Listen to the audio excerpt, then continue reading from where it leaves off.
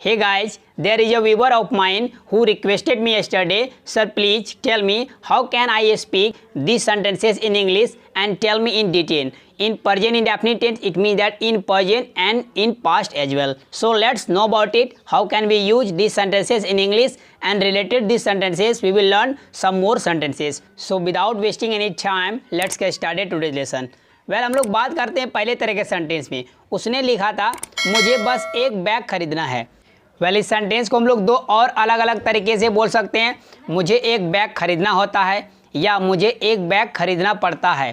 तो पड़ता है, पड़ती है, पढ़ते हैं, ना है, नी है, ने है, या होता है, होती है, होते हैं. जब भी कोई काम के साथ इट मीन्स दैट कोई वर्ब के साथ अगर ये सारा वर्ड्स लगा रहे किसी हिंदी सेंटेंस के एंड में तो आपको हैव टू और हैज़ टू का यूज करना होता है इंग्लिश में बोलने के लिए. किस तरीके से? सबसे पहले सब्जेक्ट बोलना पड़ता है, उसके बाद हैज़ टू या हैव टू में से कोई एक लगाना है, उसके बाद वर्ब का फर्स्ट फॉर्म, फिर अदर वर्ड को राइट कर देंगे. वेल इस सेंटेंस के लिए कहेंगे.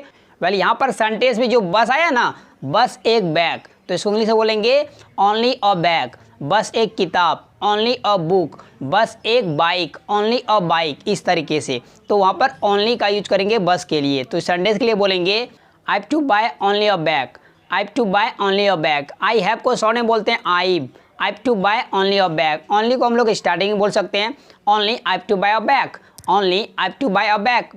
इट मीन्स दैट बस मुझे एक बैग खरीदना है. जिस तरह से मुझे बस पटना जाना है तो सेंटेंस के लिए कहेंगे only I have to go to Patna. यदि इन दोनों सेंटेंस को हम लोग पास्ट में बोलेंगे तो इसके लिए यूज करेंगे हैड टू. जहाँ पर हैज टू हैव टू है ना, वहाँ पर लगा देंगे हैड टू. जिस तरीके से only I had to buy a bag.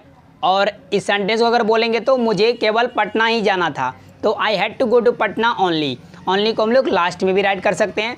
एक सेंटेंस और देखते हैं. हमें हर रोज़ स्कूल जाना पड़ता है तो सेंटेंस के लिए कहेंगे we have to go to school every day. We have to go to school every day. अगर इसको पास्ट में बोलेंगे तो हमें हर रोज़ स्कूल जाना पड़ता था तो we had to go to school every day. We had to go to school every day. इस तरीके से आई थिंक आप इसको समझ चुके होंगे. अब दूसरे तरह का दूसरा जो सेंटेंस पूछा था उसने, उसको भी देख लेते हैं.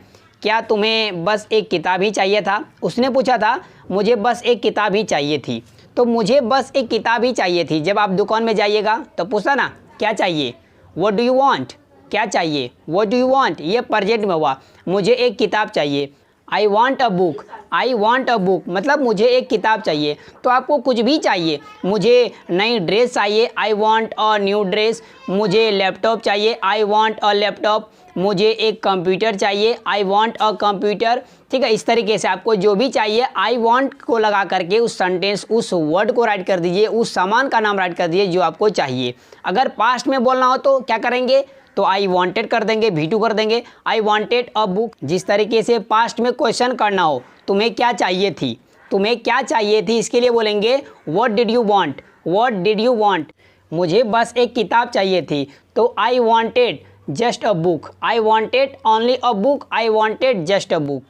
तो यहाँ पर हम लोग ओनली और जस्ट दोनों वर्ड का यूज कर सकते हैं. हे दोस्तों, यदि आपको वीडियो पसंद आई तो एक लाइक कर दीजिए और मेरे चैनल को सब्सक्राइब कर ले और बेल आइकन को हिट कर ले. यदि आपके मन में भी कोई क्वेश्चन है, कोई डाउट्स है तो राइट कीजिए कमेंट बॉक्स में, तो उस पर मैं वीडियो बना के लाऊंगा.